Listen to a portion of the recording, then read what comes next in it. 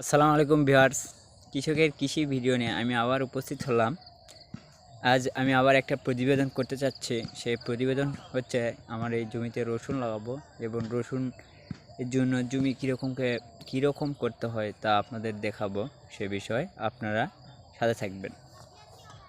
দেখতে পাচ্ছেন এই যে সার, এগুলো হলো পটাশ, আর এই লালগুলো হচ্ছে ফসফেট। এগুলো জমিতে ছিটিয়ে ভিউয়ার্স আপনারা দেখতে পাচ্ছেন এই যে এগুলো হচ্ছে জৈব সার। জৈব সার বলতে সাধারণত আমরা বুঝি হাঁস মুরগির বিষ্ঠা, গরু ছাগলের গোবর, এগুলো দ্বারা যে সার তৈরি হয় তাকে জৈব সার বলে, আর ইংরেজিতে ফার্টিলাইজার।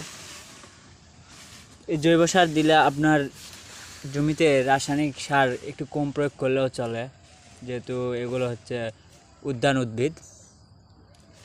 আসলে উদ্যান উদ্ভিদগুলো। অবশেষে আমার রসুনের জমি প্রস্তুত।